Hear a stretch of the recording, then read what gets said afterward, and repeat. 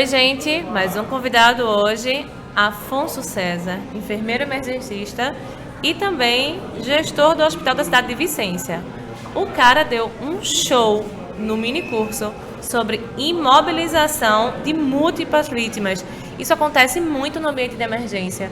Muitas vezes a gente vê aí uma situação, né? Por exemplo, na UPA que eu atuei, a gente teve uma situação de barreira e aí chegou um monte de gente e para a gente saber triar, para a gente saber atender, mas eu acredito que tu consegue fazer ainda essa intervenção antes de chegar no pronto-socorro, né, ou na própria emergência. Conta aqui para o pessoal mais ou menos como é que foi, o que foi que você abordou. E a gente estava conversando aqui antes sobre algumas situações de protocolo mesmo, né? Que mudou algo do intra-hospitalar, não foi isso? Conta aqui pro pessoal, Afonso, como é que foi esse mini curso lá dentro? Fala, turma, bom dia, né? Que felicidade, né, Mari, compartilhar esse espaço com você, né? Espaço esse, né, que reflete o final de semana da gente, né? Que é um final de semana de construção, de conhecimento, de construção de ciência mesmo, né? A gente sempre fala de congresso, a gente sempre está falando de oportunidades, de network. E a gente, está incrível, né? A organização belíssima, Mari. E também quero já parabenizar pelo seu espaço, né, de diálogo, de conversa, né? Parabéns pela iniciativa. Bem, eu me chamo Afonso, né? Sou enfermeiro, apaixonado pela minha profissão e abordei aqui hoje pela manhã, Mari, esse atendimento inicial ao polo traumatizado e técnicas de mobilização, né?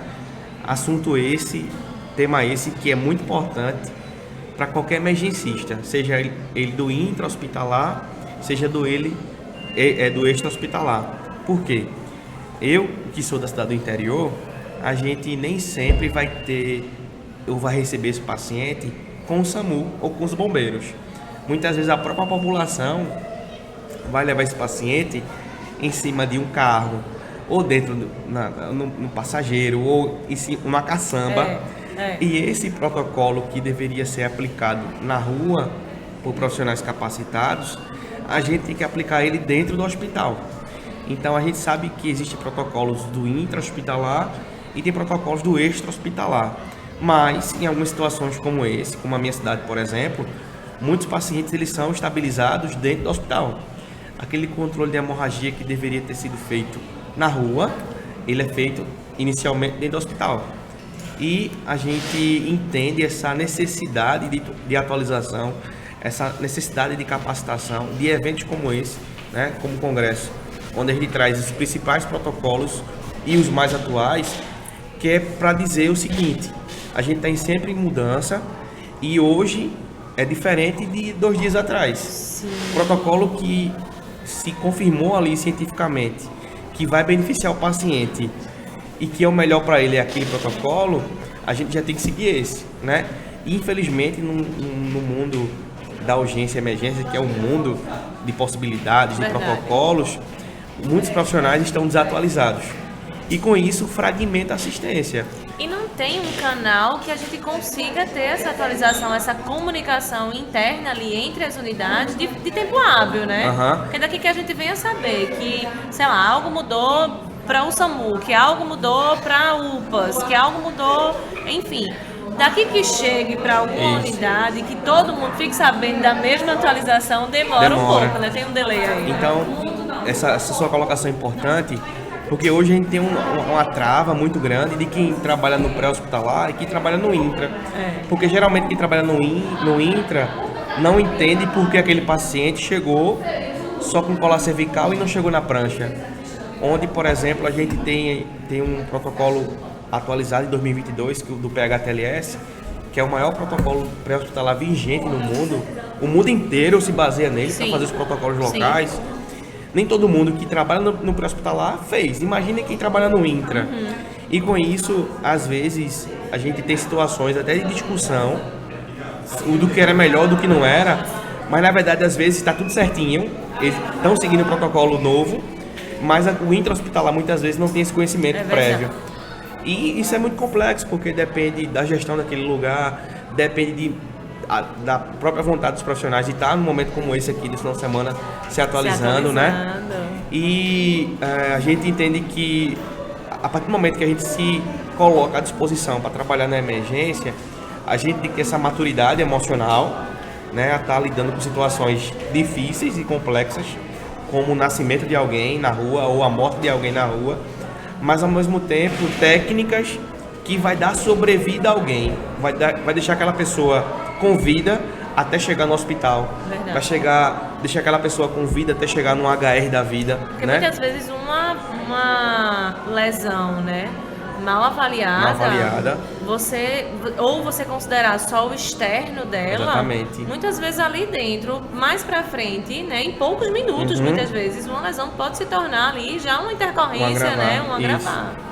Essa sua fala, Mari, mais uma vez, reflete nossa realidade hoje, né? O porquê que estamos aqui, o porquê que falamos de protocolos atuais, mesmo ainda não sendo consenso, porque tal SAMU segue, mas outro SAMU não segue, ou tal hospital... Então existe isso, né? Existe essa falta de consenso até da própria equipe hospitalar. Entendi, ainda é segmentado. E daí a gente está falando de situações que é a vida de alguém, um amor de alguém. Então, a partir do momento que eu não, por exemplo, não avalio bem, tomo uma decisão errada, não imobilizo como deveria, não faço o que tem que ser feito, além de facilitar que o trauma piore, eu posso causar também outro trauma, né?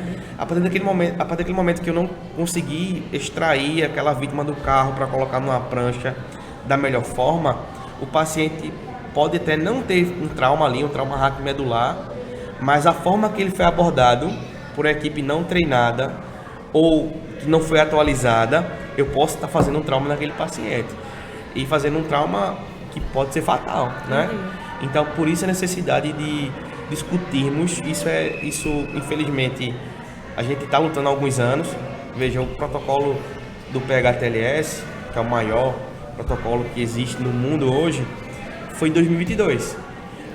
Fazem quase 3-4 anos. E mais da metade, acredito, do próprio SAMU que está ali na assistência direta, no pré-hospitalar, não fez esse curso ainda, né? É um curso que é um investimento um pouco alto para você fazer individualmente, mas que os municípios, o estado, o Brasil, né, como um todo, poderia investir, né? É um curso norteador. Então hoje o que existe é protocolos locais, cursos básicos com a carga horária mínima aí, mas um curso, por exemplo, como o PHTLS, que é norteador, muita gente que trabalha no SAMU não tem, né? A gente estava comentando aqui, comentei com outros palestrantes, outros entrevistados, essa questão do investimento na saúde, né?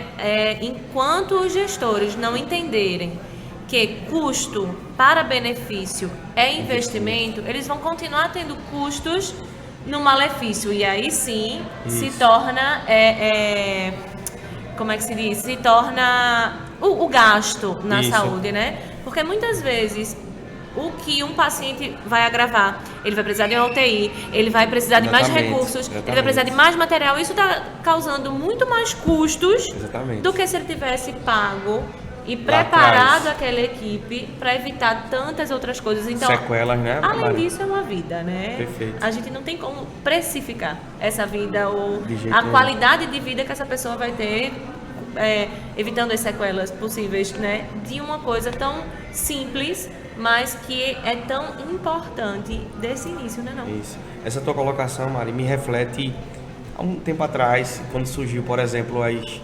cinquentinhas, né? Moto cinquentinha. Nossa! Então, todo mundo... Terror do fisioterapeuta, viu?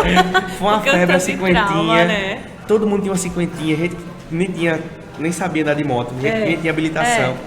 E trauma é um problema de saúde pública, né? Então, eu lembro bem que na época a gente discutia, né, o aumento de acidentes que tivemos pela chegada da cinquentinha. E, por exemplo, depois da parte epidemiológica, o governo federal, por exemplo, começou a ver diferente.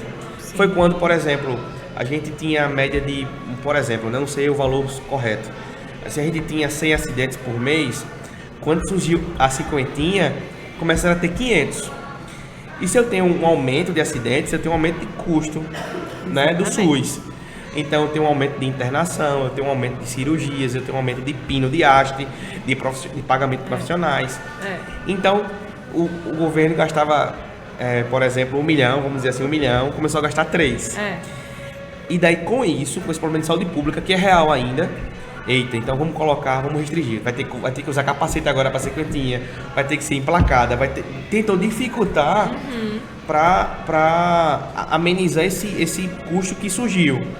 Porém, com esse olhar, a gente também deve ter esse olhar diferente. Por exemplo, eu sei que os protocolos mais atuais do mundo de APH diz que a prancha rígida, que a gente mais usa no pré-hospitalar, que é aquela prancha de polietileno, de plástico, ela vai ser uma prancha utilizada a partir de alguns anos para frente como só de resgate. A maca que vai ser de transporte, que é da cena até o hospital, vai ser uma maca a vácuo, que os estudos mostram que essa maca a vácuo, ela se molda no corpo do paciente, e a gente hoje não usa mais, por exemplo, o termo imobilizar, a gente usa o termo restringir movimento, porque a gente entende que imobilizar não tem como. Eu posso deixar o paciente todo amarradinho na prancha, mas esse transporte vai folgar as imobilizações. Imóvel, exatamente. Né? E quando chegar num tratamento definitivo, o paciente vai chegar lá todo solto já. Verdade. Então não vou ter como garantir que essa imobilização foi bem feita. Já com essa maca a vácuo, que é a tendência agora do APH, ela garante que do local da cena até o hospital ela chegue do mesmo jeito que ela saiu lá. Perfeito. Ela se molda no paciente, né? Ela diminui o risco, por exemplo, de lesão por pressão, que é aquela prancha rígida ocasiona. Isso é uma das pequenas coisas e diferenças que dos benefícios que a maca a vácuo tem. Onde está o grande problema? Uma maca a vácuo é uns 3 mil reais, 4 mil reais. Imaginei. E uma prancha que sempre tivemos, desde a história do APH, é 700. Então, muitos gestores vai preferir investir na prancha, que é mais barato, né? A manutenção não existe. E, teoricamente, hoje é comprovado que a maca a vácuo é melhor, mais benéfico do paciente do que a prancha, né? Então, isso é uma das coisas daí de inovação, dos avanços que o APH teve, né? Mediante a comprovação científica. Eu não estou falando aqui defendendo a empresa que produz, mas eu estou falando de artigo científico. Sim. E de evolução, né? Toda a área da saúde precisa, merece essa evolução. E o Brasil é bem atrás no que se refere a APH, sabe? Atendimento para hospitalar. Precisa melhorar. Estamos avançando, passos curtos, mas precisa investir muito nessa área. Verdade. Principalmente em treinamento e dispositivos, né? A gente hoje tem viaturas do SAMU novas, né? Quase viaturas básicas que são quase um semi-UTI, mas se você não investir em qualificação profissional, em dispositivos para dar condições de trabalho, a gente estagna, né? A gente estagna. Aí é que tá, eu já recebi muito paciente com máscara não renalante sem a válvula, ou oferecendo, né, uma oferta de oxigênio diferente, porque não tinha o dispositivo para fazer de fato a oferta necessária. E por aí vai. Mas voltando a essa história das mobilizações, eu vi que teve um vídeo ali que inclusive rolou até na internet, foi meme geral, que foi a equipe pegando o jogador de futebol, né? E aí quando ele levanta, trava no quadril do socorrista ali, né? Do maqueiro. Né? Foi um vídeo que eu coloquei logo a princípio para quebrar logo o gelo. Mas é a realidade, né? Então, aí o que eu ia perguntar? Existe uma regra? Porque, por exemplo, se a gente for falar sobre a parada cardiorrespiratória, a gente tem ali uma regrinha onde cada um vai estar localizado, quem começa o quê, a contagem, para tudo fluir, isso, né? Porque não deixa de ser um passo a passo, não deixa de ter uma sequência ali para que tudo flua bem, até porque você vai estar lidando, tipo, são 2 pessoas, né? Quando é numa maca dessa, por exemplo, em campo. Então, pega um na frente, pega um atrás. Ter cuidado para, tipo, um não puxar para o lado direito, o outro compensar para o lado esquerdo, porque vira o paciente. Já teve também vídeo assim, principalmente futebol, né? Tem muito disso. Esses erros, Mari, muitas vezes acontecem os acidentes, né? Justo. O paciente, às vezes, fez o protocolo ali, o paciente só estava com uma queixa e por conta de um erro profissional, né? Um erro de transporte, pelo fato da equipe não ser treinada ou coesa, o paciente vai ter outra demanda. O vídeo, na verdade, tratava-se mais de situações corriqueiras de maqueiros, que maqueiros não necessariamente tem que ter um treinamento pré-hospitalar, mas que a gente traz para nossa área de urgência e emergência, né, que a gente entende que eu posso pegar qualquer leigo e treiná-lo, né? dizer, olha, você vai ter que ir no 3, você vai ter que levantar, você vai ter que pegar dessa forma com essa mão, o joelho vai ter que desse jeito. Mas assim, o que diferencia um socorrista de uma pessoa treinada é o conhecimento técnico, né? Saber o porquê eu tô levantando daquele jeito, né? O porquê esse paciente tá na prancha, o porquê a gente vai colocar o colar cervical. E daí, lá no vídeo, né, reflete realmente a falta de treinamento, que é um reflexo hoje, na minha opinião, humilde opinião, que boa parte dos socorristas do Brasil, eles acham que por trabalharem há tanto tempo ou porque fez um curso em um certo momento, não precisa ficar treinando, né? Você vê, por exemplo, que é outra escola, totalmente diferente do SAMU, os bombeiros militares. Os bombeiros militares, eles têm uma rotina de treinamento, né? E o SAMU deve ser da mesma forma, né? Ah, mas eu sei que a compressão, por exemplo, na parada cardiorrespiratória ali, é 5 a 6 centímetros, eu sei a profundidade, eu sei que é em cima do externo, mas se eu não treinar, vai chegar um momento que vai precisar e eu talvez fique perdido. Com certeza. E treinar, por exemplo, já que a gente está falando do vídeo, treinar em equipe, né? Tem equipe que até se olhando se fala, né? Se conhece. Com certeza. E daí, não sei se aconteceu lá no vídeo lá, se os dois profissionais nunca se viram e imaginou que talvez era o melhor para um lado, o melhor para o outro e ficou no meio porque não conseguia sair. Mas também reflete o que é importante no APH, a falta de liderança, né? Sim. Se eu vou para a situação, vou para o sinistro, vou para uma ocorrência, eu tenho que ter um líder na equipe. Geralmente no suporte básico, no SAMU, o líder geralmente é o técnico de enfermagem, por ter conhecimento técnico de avaliação do paciente, né? Na análise clínica da saúde do paciente. Geralmente numa parada cardiorrespiratória, o líder do protocolo ali do ACLS, geralmente é o enfermeiro ou médico, mas na ausência do médico eu já tenho enfermeiro, na ausência do enfermeiro eu tenho um físio. Vou pegar o gancho. Estávamos discutindo isso, inclusive, no grupo da Associação Brasileira de Fisioterapia em Urgência e Emergência. A gente está chegando novo aqui nesse ambiente, né? Até então a gente ainda não estava regulamentado propriamente em urgência e emergência. E a gente não tem o ACLS para a gente. Né? Ele ainda está muito exclusivo a médicos e enfermeiros. E é justamente isso. E quando eu não tiver? Exatamente. Qual é o próximo profissional que está capacitado para isso? Né? Porque a gente só não consegue atuar diretamente ali na via aérea, mas quem ventila a via aérea sou eu. Então, se eu puder estar no AMBU, né? Se eu puder, de repente, conseguir manter aquela via aérea de certa forma. E aí, se eu não souber contar, se eu não souber o tempo de medicação, qual é, enfim, né? Tudo isso faz parte, tudo isso influencia. Então, quantas vezes eu mesma na UPA, e aí os meninos, Mari, só se liga no tempo tal para pedir a adrenalina. Não faço a menor ideia qual é a dosagem. Mas eu entender que existe um tempo para que ela seja feita, alguém direcionar, o tempo foi tal, começa a contar. Então eu preciso entender que aquilo ali funciona, mesmo não sendo especificamente meu. Isso. Então acho que quanto mais forem abertos protocolos, incluindo os demais profissionais, porque a assistência está cada vez mais multi, né? A gente precisa descentralizar isso do médico e até os próprios médicos, a maioria, né? Os atualizados, os cabeça aberta. Estou achando isso o máximo porque é uma sobrecarga grande para um único profissional. Como era, por exemplo, o enfermeiro quando não tinha fisioterapeuta em urgência e emergência, em pronto atendimento, a questão da ventilação mecânica. Então a gente chegou, não, mas isso aí eu sempre fiz, tá? Sempre fez porque não era para fazer, tá? Você estava sendo sobrecarregado. Divide um pouquinho aqui esse peso comigo. Então, eu acho tão importante essa conversa e todos tenham a noção, pelo menos. Não precisa ter a especialização, mas a gente tendo essa noção, tudo flui muito melhor, né? É como você falou, é o que difere de alguém que só está sendo treinado e de alguém que realmente é especialista. Mas se esse que foi treinado tiver um bom treinamento, né? Estiver junto ali com alguém especialista da situação, acho que consegue lidar com a intercorrência, né, com o acidente de uma forma muito mais clara. Por um único objetivo, que é o paciente. Justamente. Né? Então, a gente não está aqui para discutir o ato médico ou as atribuições privativas do enfermeiro.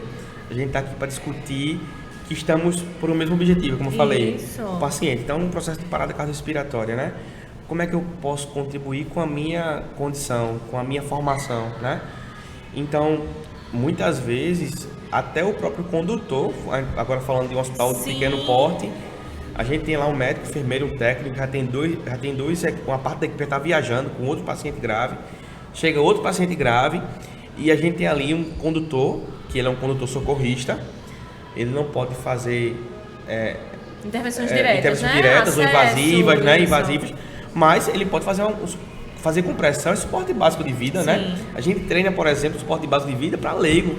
A gente discute hoje a importância desse tema para toda a população. Isso, exatamente. Então, se eu tenho um profissional que está dentro da área hospitalar ou dentro do pré-hospitalar, que faz parte da equipe ali, vou falar agora dos grandes guerreiros que são os condutores, né? Vai para a transferência para um paciente grave. Ele tem que se inteirar do processo, da gravidade do paciente, para saber em qual momento ele vai, para qual via ele vai, em qual velocidade ele vai, se ele vai ligar a sirene, se ele não vai. Eu falei lá na palestra sobre, por exemplo, a condição de uma gestante de alto risco, um pico hipertensivo importante. Essa gestante em trabalho de parto com edemas importantes, paciente quase entrando em síndrome de HELP, que é uma complicação, né, de alguns sinais e sintomas que ela pode ter. E veja só, a importância do condutor fazer parte da equipe. O condutor, ele foi avisado que ele evitasse ligar a sirene na ambulância, porque a sirene sonora é um gatilho para aquela gestante que está lá atrás com pico hipertensivo, ela convulsionar. O barulho gera estresse nessa gestante e o estresse não é bom para aquela condição que ela já está de gravidade.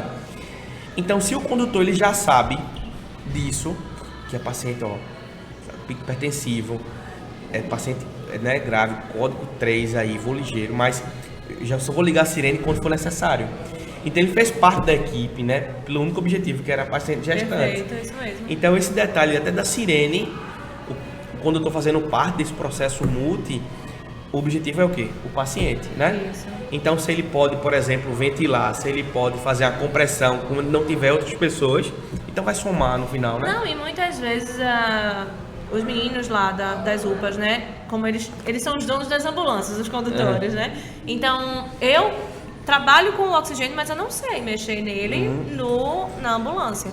E aí os meninos vão lá, colocam... Não, Mariana, vê. Aí ele que liga o fluxo. Então, assim, busca saber. E com o dia a dia, né? Porque ele pode dizer, eu já fiz o que se vira. Eu vou ligar aqui, vamos embora pro meu volante e acabou. Eu só posso dirigir, né? Mas aí é essa busca, né, do entendimento, de fazer parte, do integrar a equipe e principalmente entender o objetivo final, que é esse paciente, né? Então, quanto mais a gente puder sair da caixinha da gente e ser mais empático com o colega, ter essa preocupação da efetividade do atendimento, eu acho que flui muito mais, né? E a gente discute, né? Hoje não existe mais congressos ou eventos científicos só para enfermagem. Isso que eu tô achando fantástico. Né? Como é que tá vindo assim. É revolucionário. Tô super. Viu? Na verdade, Paulo já tinha essa pegada, né? Desde do primeiro como app, que era fazer essa integração, né? Então, por exemplo, o físio dentro de um SAMU, por exemplo, não é a realidade nossa aqui em Pernambuco. Verdade. Mas já tem SAMU no Brasil que tem fisioterapeuta dentro do esporte avançado. Então, assim, a tendência é a gente evoluir, porque a gente entende que quanto mais qualificada, quanto mais completa, quanto mais condições tiver, o paciente tem sobrevida. O paciente vai ter mais chance de sobreviver, né? Então esse é o objetivo do Como App, trazer referências, trazer atualizações e dizer que a todo tempo o APH, a urgência e a emergência muda para melhor, né, Mari? E quanto mais profissionais a gente tiver para integrar essa equipe, né, principalmente nesse ambiente que não é só o estresse, não é só a adrenalina da situação em si, né? Muitas vezes isso, uma equipe despreparada ou uma equipe incompleta, né, causando essa sobrecarga aí, poxa, não é brincadeira, a gente dá plantões e plantões, estava conversando com a psicóloga, a privação do sono, enfim, já existe tudo isso. Ainda a situação da emergência, da intercorrência, da gravidade desses pacientes, da instabilidade desses pacientes. Então é muita pressão, né? Quando a gente tem uma equipe que conversa, que flui, a catraca ali encaixa, então com certeza aquela máquina vai decolar, né? Vai resultados. fluir, né? Sabemos que é muito fatorial, né? Temos as nossas limitações, né? Quanto profissão, quanto espaço hospitalar, o quanto espaço SAMU, mas às vezes a gente talvez não tenha o melhor plano para execução, mas a gente tem o plano B, plano C, né? E muitas vezes esse plano B e plano C vai depender do colega, né? Que também talvez nem goste da área ou nem tenha condições de prestar assistência qualificada. Mas vou falar agora, puxar um pouquinho da sardinha do físio, né? O quanto o físio sempre foi importante numa sala vermelha. Sempre foi, né? Então, no fim das contas, sempre foi chamado ali para um socorro. Sempre foi. Então, assim, a gente, como você falou aí, os espaços eles estão cada vez mais integrados. Os protocolos, eles têm que ter cada vez mais abrangência, né? A gente não pode limitar o que é de benefício, né? Exato. Se o ACLS já existe na prática, o físio faz parte da prática. Então, por que esse curso não pode ser feito para o físio, né? É mais ou menos assim que a gente constrói cada vez mais uma assistência segura e qualificada. Olha, a gente acabou de fazer as pazes aqui de Corém e Crefito, viu? Porque todo mundo diz que é arenga, né? Eu já arenguei muito com o Corém, não vou mentir.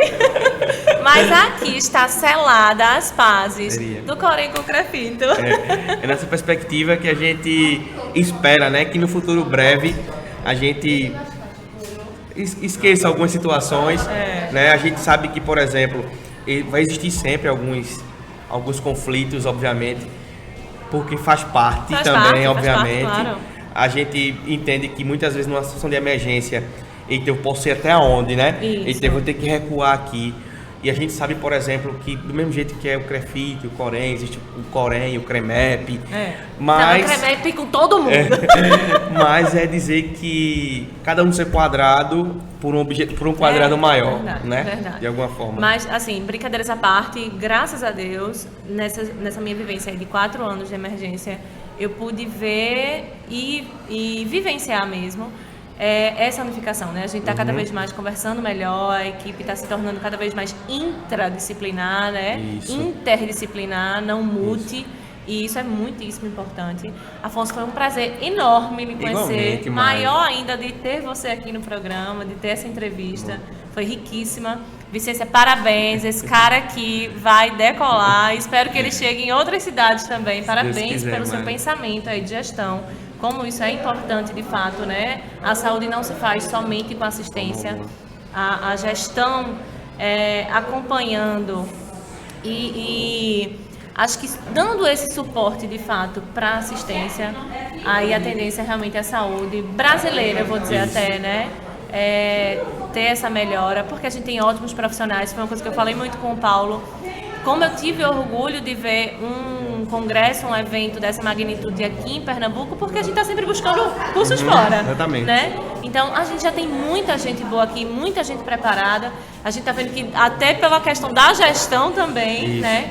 Então, que bom que a gente tem isso aqui. E tomara que o nosso estado, que o nosso país venha a evoluir cada vez mais, né? Perfeito. Gente, próximo convidado vai ser tão especial quanto, viu? Afonso ainda tem alguma palavra final? Eu queria agradecer, Mari, pelo convite, né, pela oportunidade de participação. Espero que a gente se encontre outras vezes. Com certeza, o microfone está aberto. Em eventos ou na própria assistência, né? Sei que nem lhe conheço tanto, mas sei que você é diferente. E eu defendo por profissionais que sejam diferentes, façam diferença. Né, puxando um pouquinho da minha sardinha agora, eu defendo a urgência e emergência e defendo a PH para todo mundo, né? Hoje na minha cidade a gente tem um projeto lá de primeiro socorro nas escolas, porque sempre foi importante, e agora a gente sabe que há um aumento de óbitos, né? Em área escolar. Eu estava conversando isso com o Fernando sobre a Lei Lucas, né? Ele promovendo cursos, é muito importante. Então a gente defende esse objetivo de capacitar cada vez mais gente. A gente defende capacitar, por exemplo, na atenção básica, pais de primeira viagem, né? Sim. Como é que manuseia essa criança recém-nascida no atendimento pré-hospitalar. A gente defende Professores, a gente defende cozinheiros, Isso. terem noções básicas a princípio de Gente, incêndio. a saúde é pra todo mundo, não é só pra profissional de saúde, não. É por isso que estamos aqui, Mari. É isso Obrigado mesmo. Eu que agradeço. pelo carinho, foi um prazer. Viu, Eu gente? vou trazer Obrigado. ele de novo, gente. Eu trago ele de uma forma bem completa. A gente vai ter 30, 40 minutos de Afonso. Prometo pra vocês. Até o próximo. Daqui a pouco a gente tá aqui de novo. Tchau, tchau. Tchau, tchau.